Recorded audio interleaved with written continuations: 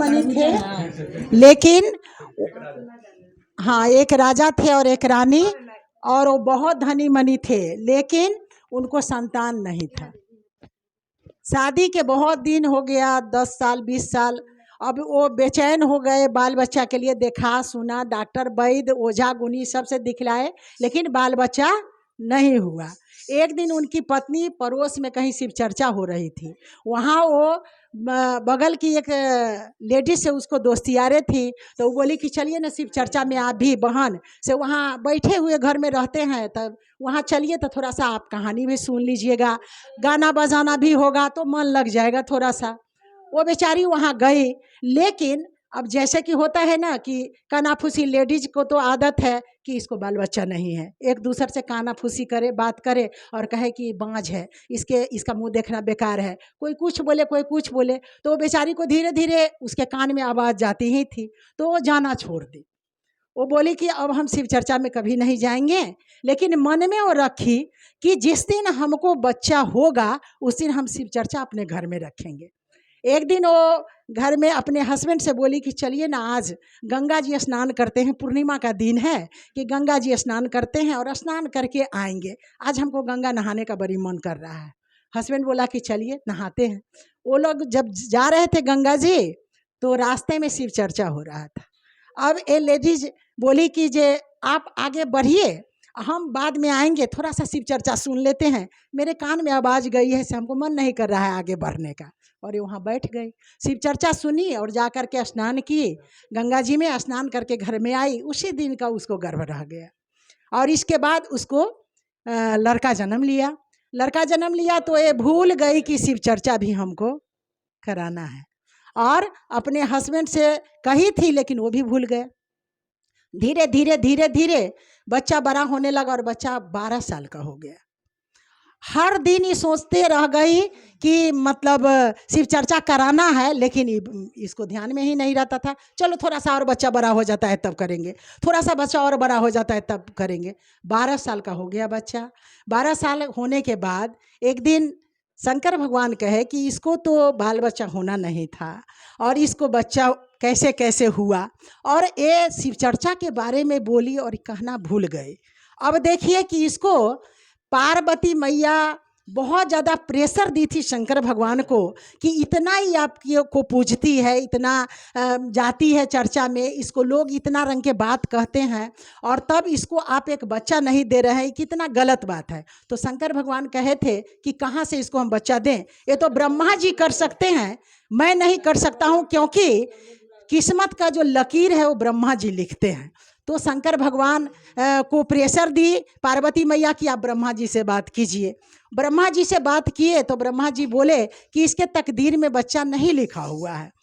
तो ब्रह्मा जी को फिर शंकर भगवान कहे कि देखिए पार्वती मैया बहुत ज़्यादा जिद कर रही है, तो ऐसा कीजिए कि इसको बच्चा, किसी को 10-5 होता है उसी में से एक कहीं से एक बच्चा जन्म दे दीजिए, जन्म के बाद नहीं रहेगा तो भी इसका बाँझ का पद छूट जाएगा। लेकिन पार्वती मैया कहीं नहीं, ऐसा नहीं होना चाहिए, बच्चा जन्म लेके अगर ख़त्म हो जाएगा तो और ज़्यादा तकलीफ होगा, ऐसा नहीं कीजिए, इसको बच्चा एक आप दीजिए, चाहे जहाँ से दीजिए, ये आपकी इतनी बड़ी भक्त है।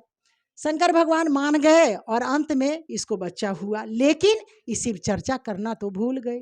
बच्चा 1 साल 2 साल 3 साल 12 साल का हो गया।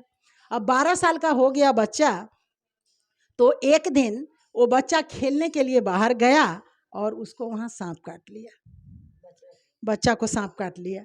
सांप काट लिया और वो बच्चा आया, कितना भी ओझाई बैदाई होते रहा, बच्चा मर गया। बच्चा मर गया। अब बच्चा के मरने के बाद सारे लोग कहने लगे कि बाप रे बाप, एक तो इतना दिन के बाद बच्चा जन्म लिया, और वो भी बच्चा भगवान काहे ला ऐसा दिए, इसे अच्छा देते ही नहीं। लेकिन जब ये चिल्ला चिल्ला के कपार पीट के अपना कपार फोड़ ली और बेहोश होके लेटी हुई है, तो इसको ध्यान में देते हैं शंकर भगवान कि तुमने शिव चर्चा कह करके नहीं की, यही कारण है कि इस बच्चा को आज सांप काट लिया है। अब ये क्या कि जो जब इसको ध्यान में आया तो तुरंत होश में आ गई, और सारा लोग जब बच्चा को लेकर के श्मशान घाट ले जाने के लिए ले जा रहे थे तो ये ज़बरदस्ती खींच करके नहीं ले जाने दी और मंदिर में लेकर के चली गई। मंदिर में बच्चा को लेकर के गई और भगवान के आगे में रख करके और उस जगह कपार पीट पीट करके पूरा रोने लगी और कही कि मैं शिव चर्चा आज कराऊंगी। और सारे लोगों को कहने लगी कि आप लोग आइए शिव चर्चा कीजिए, मेरा बच्चा ठीक हो जाएगा। मेरा दिल कहता है, मेरे गुरु कहते हैं कि मेरा बच्चा ठीक हो जाएगा। और ये शिव चर्चा वहाँ कराने के लिए सारा लोग कहे कि पागल हो गई है, बच्चा मर गया है। कहती है कि बच्चा जिंदा हो जाएगा और चारों तरफ से सारे लोगों को बुला करके इकट्ठा कर रही है, ये पागल हो गई है। कि बताइए, एक तरफ बच्चा मरा हुआ है, एक तरफ गाना बजाना होगा, एक तरफ कहानी होगा, सारा लोग कहे कि पागल हो गई है। लेकिन वो किसी का बात ही नहीं मान रही थी, वो अपने गाना गा रही थी, वो अपने कहानी कह रही थी और सारा लोग मजबूर होकर के उसका साथ दे रहे थे।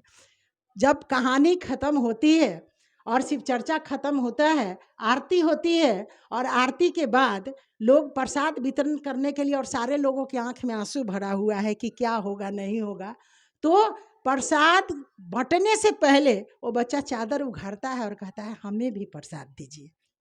बोलिए शंकर भगवान की जय। उस दिन से दोनों वाइफ हस्बैंड शंकर भगवान के भक्त हो गए और हमेशा बार बार अपने घर में शिव जी का चर्चा करवाने लगे।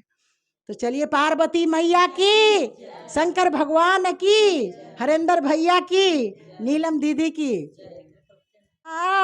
चर्चा करब दिन रतिया है सखिया, चर्चा करब दिन रतिया, इहे चरचबा में हरिंदर भैया आई है, इहे चरचबा में नीलम दीदी आई है।